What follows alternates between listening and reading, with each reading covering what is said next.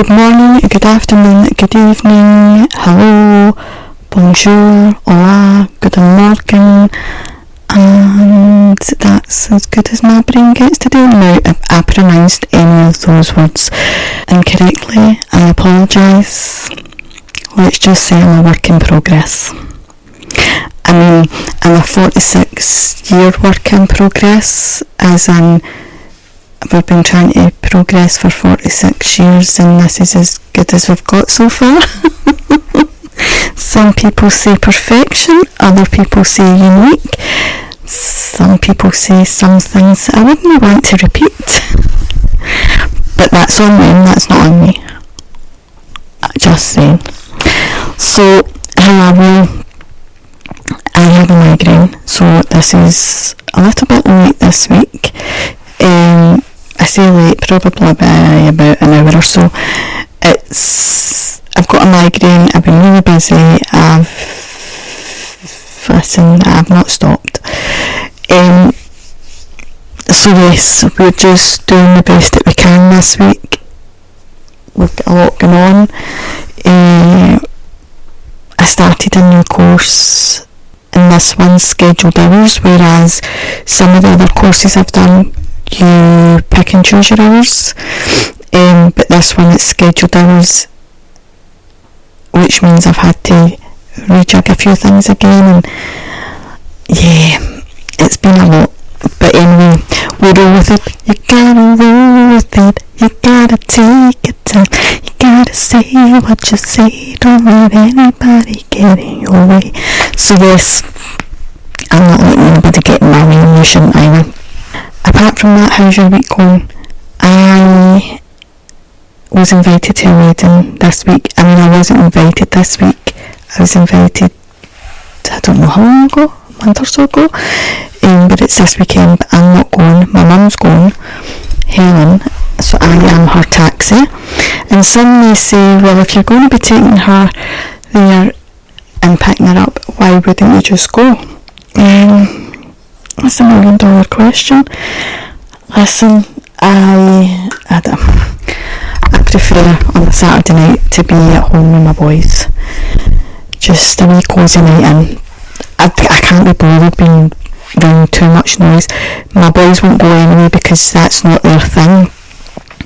And I don't like leaving them at home and going out and whatever. So yes, Helen can go and I'll just be Share a taxi. Who remembers that song? That was it the late 80s? I'm sure I was still in primary school. It might be early 90s, but anywhere round about then. That's probably the only part of that full song that I can sing. I'm not saying that I actually sing, but you know what I mean. Because it's very je me français. Je m'appelle Aileen. Ça va?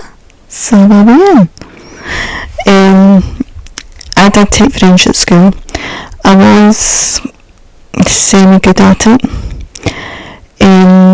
It took me 46 years to pick up most of my English, and now I've got not the best memory, which means I forget a lot of my words, so let's not try and do too much. Aileen, don't run before you can walk. Okay, so I am not going to a wedding. I don't know what we're doing Saturday. Probably hibernating because the weather's not great. I'm hoping my migraine's away by then, because if not, Helen might need to find herself another taxi. I'm just everybody's taxi. There's my son and his friend's taxi today, taking them into town and picking them up. And nobody would like to be my taxi. No, but right, I don't know where in the world you live. Obviously I'm in Glasgow.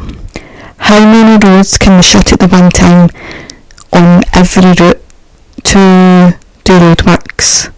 I was doing roundabout routes and back to front, and what was it called, detours, that's the word I was looking for. And then I was doing a detour because the town was so busy, so I thought I'll go another way. Then I had to do a different detour because of roadworks. I detoured about 10 times for a 15-minute journey that ended up taking, I think, 45 minutes. And then my journeys tomorrow, I need to do detours because more roads are shut. Every route that you could go anywhere in Glasgow is closed. And if it's not closed, there's temporary traffic lights just to make you sit there and wait for ages. And see, when there's temporary traffic lights, there's very rarely any work getting done. I can't tell you about the roads that are closed because I can't get in far enough to see. Maybe I should go and have a wee sneak about, take a GoPro with me and see how many people are actually working on the roads that are closed. And it's not just me moaning about it. I seen somebody for Glasgow complaining about it on TikTok the other day. I just thought of that there when, as I said that, he was complaining about the motorway because it's going to be closed for 6 months or so. I don't even know. Luckily I don't really use the motorway very much at the minute, but if I do and it's closed, you might hear me. They just don't think about these things. And like the main route to every school in that area, so the kids went back to school around about the 15th of August. The main route is getting closed on the 22nd of September. Why don't they do these things when the schools are shut? And now that I'm saying that, I'm sure that exact same road was closed during the school holidays. So why did they need to close it again? That was like nearly 2 months it was closed for. I don't know. It's ridiculous. But that's the council for you. They could. Listen, I don't have a big opinion of the council. But anyway, let's hop, skip and jump to it. What we're talking about this week. We're talking about your options, your choices, your different things when it comes to not just your mental health. It could be your physical health as well. It could be anything, I suppose. It was initially going to be about support and help and whatever else that you can get for your mental health, but I suppose as I'm saying it could work with your physical health as well. And just think, any decisions that you want to make in life, there's always choices. It's not always, it doesn't have to be black and white. There is an answer or there's not an answer. Where you think there isn't an answer, there might be a different solution. Anyway, let's talk about your health wise. So like physical health, mental health especially in the UK. We'll discuss the UK initially. Within the NHS, there's obviously free treatment. You've got access to free counsellors, nurses, psychologists, psychiatrists, all these different professionals. But obviously because it's free, there's big long waiting lists. And to make matters worse, the funding has been cut in it drastically. And I think I've spoken about this before. Yeah, I'm a private counsellor, and yeah, I suppose in a sense it may benefit me, but I still find it disgusting. Come on. Because although we say the treatment's free, it's actually funded through tax, national insurance, whatever budget, whatever pocket it comes out of.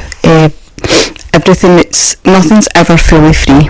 So it's the public money that is paying for the NHS, but they're taking the money away, and I'm not going to discuss where they're putting the money because I'm not privy to facts and figures and whatever else, because I'm not within the government, so I don't want to give any misinformation out. But it is public money that pays for the NHS, and it's obviously the public that are going to use the NHS. It is your right to get the help. It's your right that you should be able to live a happy, healthy life. But unfortunately, mental health has such a big impact on people that it tends to, the majority of the time, it maybe gets to a point where it's too much for anybody before they actually ask for help. So and I don't mean too much for that person that's going through it. So it doesn't tend to be when you first start seeing signs. A lot of the time it'll be quite far down the line where it is fully impacting your life. That doesn't mean that either or deserves more treatment over the other. Obviously, like anything in life, the quicker you get to it, it might be quicker to resolve. That's not always the case with mental health, because obviously we know there is some people that live with it forever but learn to manage it, learn to see the signs. Some people, they just need a bit of support and talking through things and getting to see life through different eyes, somebody else's mindset, whatever it may be.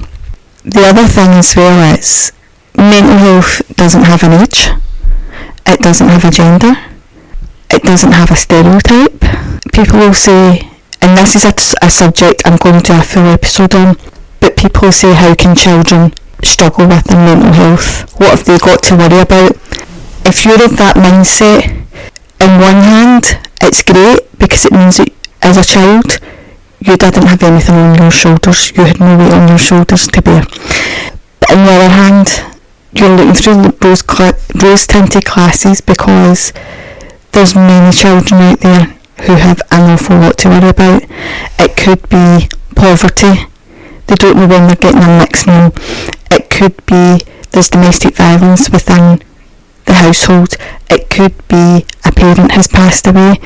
It could be a sibling has passed away, or the family are going through something health-wise. There may be a carer for a parent or another sibling. There is a whole list of reasons why, and I've not stated the obvious because it can be quite traumatic for people to even imagine, but don't ever say that just because you're a child, or just because of your age, just because you've got money, just because you've got a house, just because you've got a car, just because that you can't struggle with your mental health. Mental health struggles, issues, whatever, has no boundaries. It has, nobody is exempt from the potential of struggling with their mental health. None of us are exempt from trauma potentially happening. Now, I hope it doesn't happen to anybody listening to this. Obviously, I know how bad it is, I know how lonely it is, I've gone through it myself. My journey's gone on for nearly on 30 years. Obviously, my earlier years were my worst. I think I've mentioned that before. But do not judge anybody. The other thing as well is, because someone's smiling or somebody is cuddling, kissing, doing everyday things, does not mean that they're not struggling with their mental health. I know personally how well we can be about putting a persona on. We can put a mask on. We show people what they want to see, because nobody wants to see that you don't want to be here anymore. Nobody wants to see that you hate whatever's happened to you, or that you just want to cry, you just want to lie in your bed all day, you don't want to get washed, you don't want to brush your teeth, you don't want to brush your hair, you don't want to step foot outside the door, you don't want to communicate with anybody, you don't want to go to work, you don't want to face anything in life. You just feel empty, you feel lonely, you feel like you're the only person that understands or doesn't understand, because you don't understand why this is happening to you. You just feel as if you're the only person that it's happening to, and nobody else will understand, and you don't think that anybody else is feeling the way that you're feeling in that moment. But there is many people, there's thousands, hundreds of thousands, millions of people around the world. Mental health, I think, was a very taboo subject for a long, long time. I don't even remember anybody talking about mental health when I was younger. Even when I was going through my struggles, I don't think I really knew anybody In fact, I don't think I know anybody at all who struggled with their mental health. I knew of addicts. That's probably really the only thing that, but even at that, it wasn't spoken about a lot. It was just, you knew that's it, because obviously my uncle was an alcoholic, so he was an addict, an ex-partner of mine, he was an addict to drugs, so you knew, but it was never really spoken about as to the reasons why they ended up in that situation. Nobody ever spoke about anybody's struggles in life. Now and I'm glad now people are speaking about it more, because it could save others in the future from going through what some of us either have gone through or are going through. I'm not going to say it's going to eradicate anybody in the future ever having a struggle with their mental health. That wouldn't be realistic to think that. But the more people talk about it, the more people that might ask for help. So going back to the actual topic of you having choices, as I said, talking about the NHS, because I know about that, because that's what's in my country. The funding has been cut, but that doesn't mean to say there's nobody out there for you. You've obviously got people like myself who are private counsellors, you've got private psychologists, private psychiatrists, but not everybody's privy to being able to afford that, because cost of living, everything's so expensive now. Now I've opened my business 5 years ago, and I've never put my prices up. I don't see the need to put the prices up just now. I'm not saying everybody else is thinking the same, but I also know that I couldn't put my prices up, not at the minute anyway, when I know people are struggling. Not to say that I'm cheap, but I'm also not the most expensive, and that's not a sales pitch. I'm just saying that's how I feel. But some people need to put their prices up because maybe their rent goes up, maybe their insurance goes up. There's loads of things that we need to pay in the background that I haven't really thought about. But there is options, and these are options all over the world. So obviously the NHS is only the UK. I don't know if every country has an option for free healthcare, especially mental health care. You'll know that in your country, and if you don't know, look into it, and if you don't know where to look, I can try and help where possible, but obviously with potentially being outside your country, I might not be able to access any information, but I will try and help where I can. Everywhere in the world, you'll have your private healthcare, or your private counsellors, private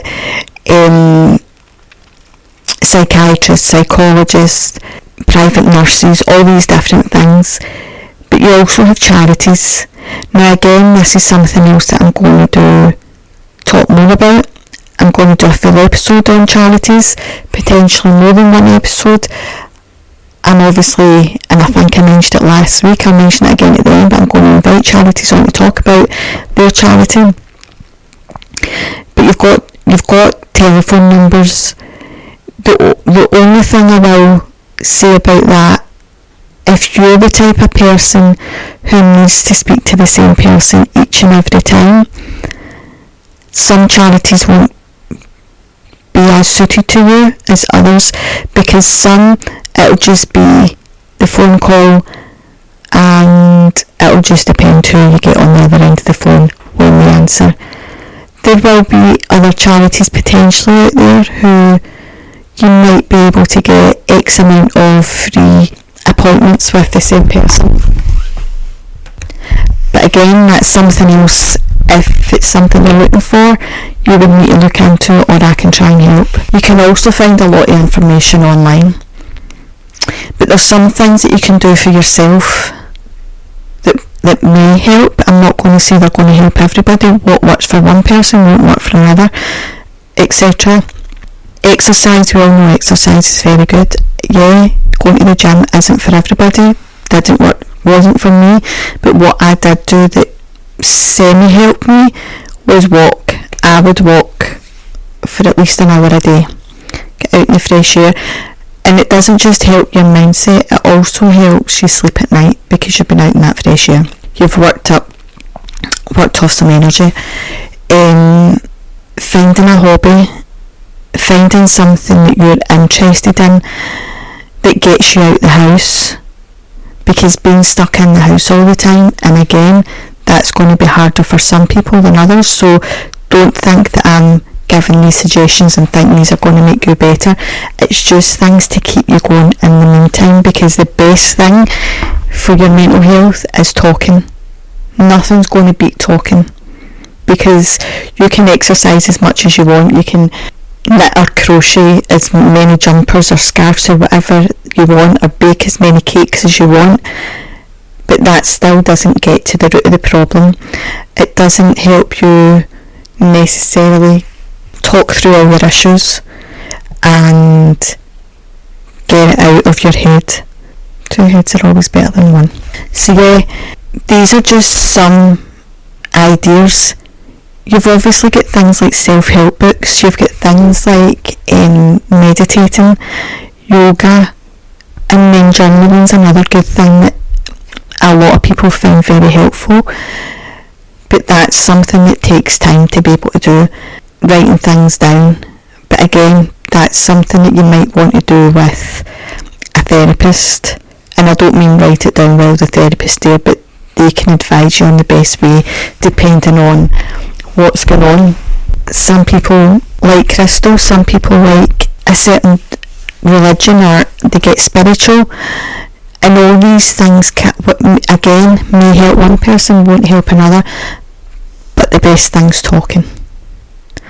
Even medication will work to an extent, and everybody knows that I'm pro medication as long as it's the best thing for you, but not if it's just because you think you need it. Try without it initially, and if you're getting worse, then speak to your GP or your doctor or whoever at the time, psychiatrist, psychologist, whatever. But even when you're on medication is going to help you to an extent, but nothing's going to beat talking. Talking therapy, counselling, whatever you want to call it, is the best thing for you. But you also have to have kind of self-care days. You need to take care of yourself, because if you're not taking care of yourself, you can't take care of anybody else. And what's a self-care day? It can be anything. It doesn't even need to be a full day. It can be 10 minutes, it can be half an hour, it can be 2 hours, 1 hour. You could go to the cinema on your own or with a friend instead of doing the housework.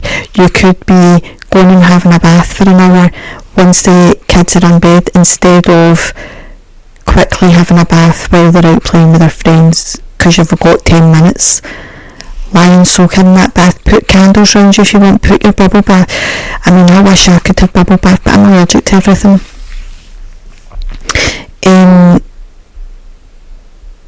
It could be buying yourself a nice perfume because you like to smell nice when you're going out. Go get your hair done, take yourself on a solo holiday. And I don't mean you need to jump on a plane or anything like that. You could be an hour down the road in a caravan, but it's not at home going to work or doing whatever you've got to do on an everyday. Do you know what I mean? Like, do something for you. You've always got to remember about you. At the minute, I'm dreaming about a 5-bedroom mansion that I see online that my son keeps reminding me I can't afford. And I thought, well, do you know what? I'll dream about it. And I was telling Ainsley, one of my best friends, about it today, and she says, well, you manifest that. And it's so well. I don't know how I'm going. Listen, Linda, I might just do squatters' rights. Can I do that? The house next door to my mum's empty, and sadly the man passed away. I know the family. And I was saying to my mum about it, and she says, oh, I think his son's in just now. And I says, alright, okay. I said, are they going to sell it or rent it out, do you know? And she's like, I don't know. I mean, if they're renting it out, don't be thinking that I'm going for it, because I'm not. That my mum lives round the corner from me, and that's too close. I ain't living next door to her. But I did say to her, wondered if I could just jump in there and clean squatters' rights. It's just like, I mean, you could try. No thanks, Helen, I don't want to live next door to you. So yeah, you have options, and like I said, all the options that I said about maybe not so much your charity stuff, but when it comes to your physical health, you've also got potentially, again, depending on what country you live in, potentially free healthcare and private healthcare. Going private isn't always just about cosmetics and changing your appearance. It can also be about helping when you're unwell, whether it be mentally, emotionally, physically, whatever. There's always somebody else there that if you can't wait and you can afford, maybe that's your option to save yourself a bit more stress. Could be your option, and it doesn't just help you in the short term, but it's also going to benefit you in the long term. It is an option, and like I said, it's not for everybody, and not everybody can afford it, but if you can afford it, I would maybe consider it. A lot of the time when you're going private, there's not as big waiting lists either. You may still have waiting lists, but they won't be like 18 months, 2 years, whatever it may be, depending on where you live. I mean, I know that even for the children here, you're talking at least a year, 2 years, 3 years. It's absolutely heartbreaking when you think about how bad somebody's mental, physical, emotional health could get in that time, how worse it could be and what could happen. It's not worth it. Honestly, it just makes me so sad, but it also makes me angry. People have a right to live a happy, healthy life, and it's not their fault they're unwell. Again, whether it be physically, mentally or emotionally, they didn't ask to be unwell.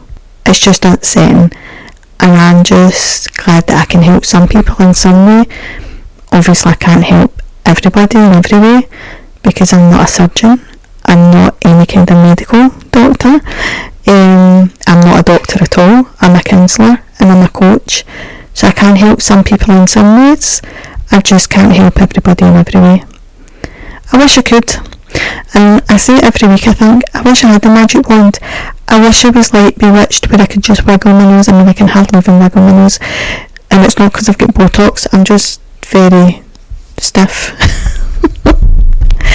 I just wish I could wiggle my nose, or do a wee clap of the hand or singing a song like Mary Poppins. Unfortunately I can't, and I find that very rude, because see, if I could, my house would be clean and tidy constantly, it'd be sparkling, but unfortunately I can't do that. So at the minute we're starting over boxes and bags and whatever else, because I thought it was a really good idea yesterday to pull my house apart again and rearrange everything, and it wasn't a good idea. Well, it was in the long run. So I think I've told you before, I've got this walk-in cupboard that I use as my wardrobe, a dumping ground. I stop stacking DVDs and books and CDs and everything else. Yeah, I still have DVDs and CDs and books. I get rid of the VHS not so long ago, but I did have them as well. But anyway, so I thought, do you know what? I've been piling up all the new stuff for the new house. I've been boxing things up that we're not going to use. Listen, at this rate we'll not even get to see what's in the boxes for about 3 years. But I've boxed up things, I've bought new things, whatever. I've bought beds, I've bought drawers, I've bought headboards, I've bought... Listen, I don't even know what I've bought anymore. And they're all stacked up in my hallway, or they're stacked in the corner in my living room, or they're stacked somewhere. And I can't get into the cupboard that's got any of my clothes in it, so I'm just rotating the same half a dozen outfits, if it even is half a dozen.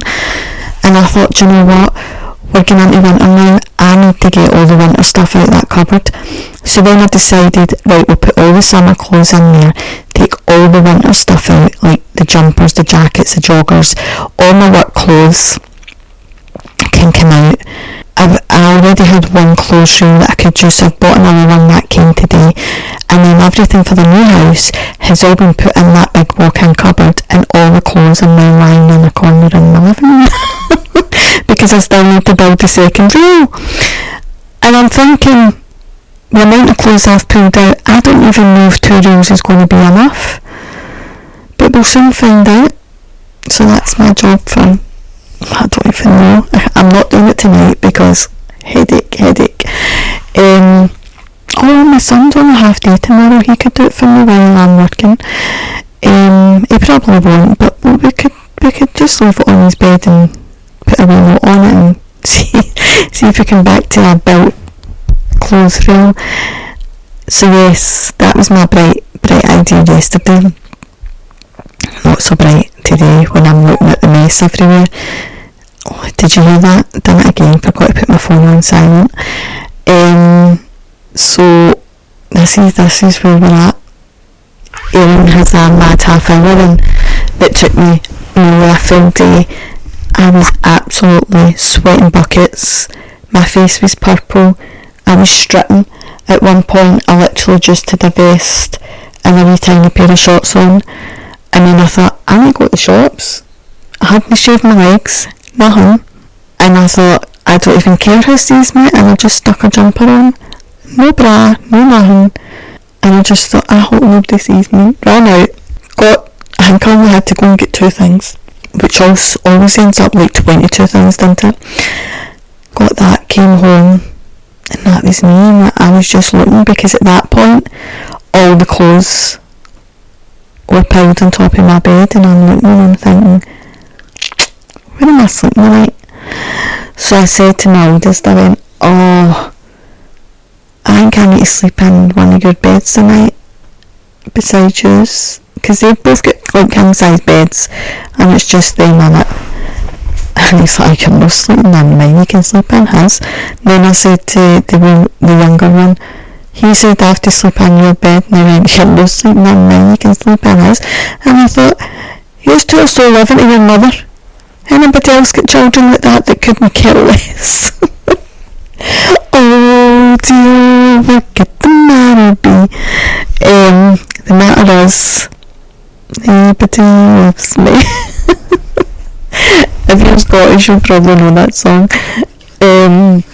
So yes, I predicted right. I started an absolute shambles of a job that's, oh dear me. Listen, I need to get a house soon, because there's things that need to be put in place and places that things need to be in. I just need a bigger house, because this house isn't cutting it. There's no space for anything. There's no space for me. I'm sure my boys would be like, well, just you go live somewhere else. Although I did say to my oldest, he's 26, and he did say to me, Mum, you realise that by the time you find this bigger house, I'll probably end up moving out? And I went, no, you will not. And he's like, how? I said, because if I've waited all this time to get a bigger house for all of us to fit in, you will be staying. And he's like, why do I need to? And I went, well, no, but I'm not ready for you to move it yet. I'm not emotionally ready for that. Yeah. And he's like, Mum, I can't stay with you forever. And I'm like, but you could if you wanted to. If you really want. He's like, Mum, I can't do that. I says, well, I'll make a deal with you. Wait until you find somebody that you know that's the person you want to settle down with, you want to live with, and then you can move it then. And he says, but what if I never find that person? I says, well, you just stay with your mummy forever. And he's like, but I can't. And I was like, but you need to. I'm not mentally or emotionally ready for that malarkey. I think I will need therapy again at that point. But like, no. My boys, we've got this just a brilliant wee bond, just the 3 years, and it's always just been the 3 years, and no, I'm not ready for any of that. Nobody's moving out, nobody's leaving. We're a triangle, we stay a triangle, we will be a triangle forever. Okay? Thank you. That's the end of that story. Don't ever say to me again that you might be moving out, because I'll burst your bubble and I'll tell you no, I'm not. I've got an absolute cheek, because I used to always tell my mum and dad I was moving out as soon as I hit 16. Got to 16 and was near enough an alcoholic at that point, couldn't afford to move out. Then moved out at 18 and I was back by the time I was 19. Oh God, that's the way Aileen rolls. Aileen does everything back to front and upside down. But anyway, what can I say? So, yeah, you have choices, but my son doesn't. He's staying with me forever. Well, I don't know what to say about that. Nope. I can't allow it. I can't allow, because if you're not in my house, I can't protect you. I'm not there to protect you at night when the bogeyman comes to get you. When the monsters are under your bed, I'm not there. No. You need to stay home. Some parents are like, will you hurry up, move out? I'm like, don't leave me. Don't leave me this way. I can't survive. I can't stay alive. Who remembers that? That's an old tune. So I was saying earlier about charities, about them coming on the podcast.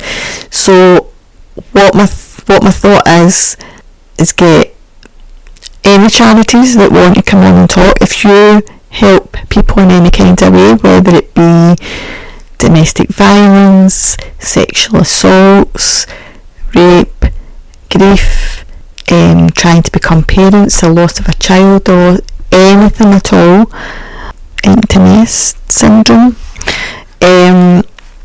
if you help with disabilities, if you help with ongoing health struggles for adults or children. I know there's charities out there that help with end of life care, anything to do with helping humans, helping people in any which way you do it. If you would like to come on, now you don't have to be based in the UK, you can be anywhere in the world, because this podcast is, thankfully, and so I love it, is listened to all over the world, so it doesn't matter what country you're in, we'll still advertise you.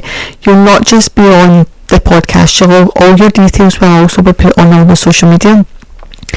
And my thought is to get as much information out there of all the charities for people, because you never know when you might need them. And sometimes it can be hard to find the right charity, because you Google something and everything gets lost, because there'll be ones that have maybe paid for sort of promotional ads and they'll come up first, or somebody who's been searched more often, they'll come up first. So if you feel as if your charity's newer or it's not getting as much exposure, if you're a big charity and you're getting loads of exposure, it doesn't matter. There's the only terms and conditions to this are that you help people. So let's get your word out there. And again, it doesn't need to be about mental health, it can be about anything as long as you help people. So if you know a charity, or you know somebody that's got a charity, let them know. They can come on and talk about it. If you use a charity and you want to come on and give them some praise, big them up a bit, feel free. If you want me to just talk about it on your behalf, email in, and let's get the ball rolling. We can do it over Zoom, or if you're within Glasgow, we can figure a way to get it recorded if you want to do it in person. And yeah, let's listen. It's about helping each other as well, isn't it? And making sure everybody is loaded with all the facts and figures. So yes, I think what's happening this week, I don't even know, my head is getting worse. My head's getting really sore and I can't remember what time I took my last dose of tablets.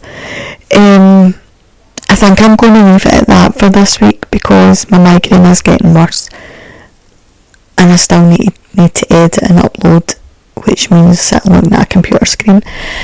But one thing just to say, if anybody does need to contact me, and I keep saying you can fill out the contact form on the website, there is now a WhatsApp button. I know it probably sounds very dinosaurish that I've not done it yet, but it's on there. Listen, it takes me ages to get around to putting things, sorting them out. Like when I want to mess about the website, it can take me a while because I keep telling you I'm not tech minded, and I didn't actually know I could add that, how to add that, and I figured it out. I don't think it was yesterday, I think it was the day before. So yes, there is now a WhatsApp button, so you can just message me on WhatsApp, and hopefully that means I might get back to you quicker. But if anybody does want to contact me, whether it be to book in an appointment or your initial consultation, which is free and no obligation, you can either do it through the website, you can contact me and we'll get you booked in, or you can email me. If you'd like to come on the website, see, that's how my migraine's going. If you'd like to come on the podcast and talk about anything to do with true stories, real life, mental health, whatever, or charity stuff, then you can email in at rebootyourthoughtspodcast@gmail.com. If you are a business and you would like to advertise or sponsor the podcast, we've got packages for everybody. Again, just email in rebootyourthoughtspodcast@gmail.com and we'll get back to you. Just obviously put in the heading about potential sponsor or whatever it is you're writing in about, so that I know what's what. If anybody's unsure of what therapies it is I offer, I have counselling and coaching. So you get life coaching, wellness coaching, business coaching. Now they're available to anybody all over the world, no matter what age you are, obviously as long as you speak English or have a translator there. And if you're out with the areas within Glasgow and the surrounding areas that I travel to, then we can do it over phone call or video call. I also offer hoppy air candling, Indian head massage, hot stone massage therapy, cupping massage therapy, and manual lymphatic drainage. Again, they're Glasgow and surrounding areas because they're all hands-on and I need to be there in person. But for now, I will leave it at that, and I hope you all have a fantastic week. I hope my migraine goes away soon, and I will speak to you all soon. Take care, and bye bye.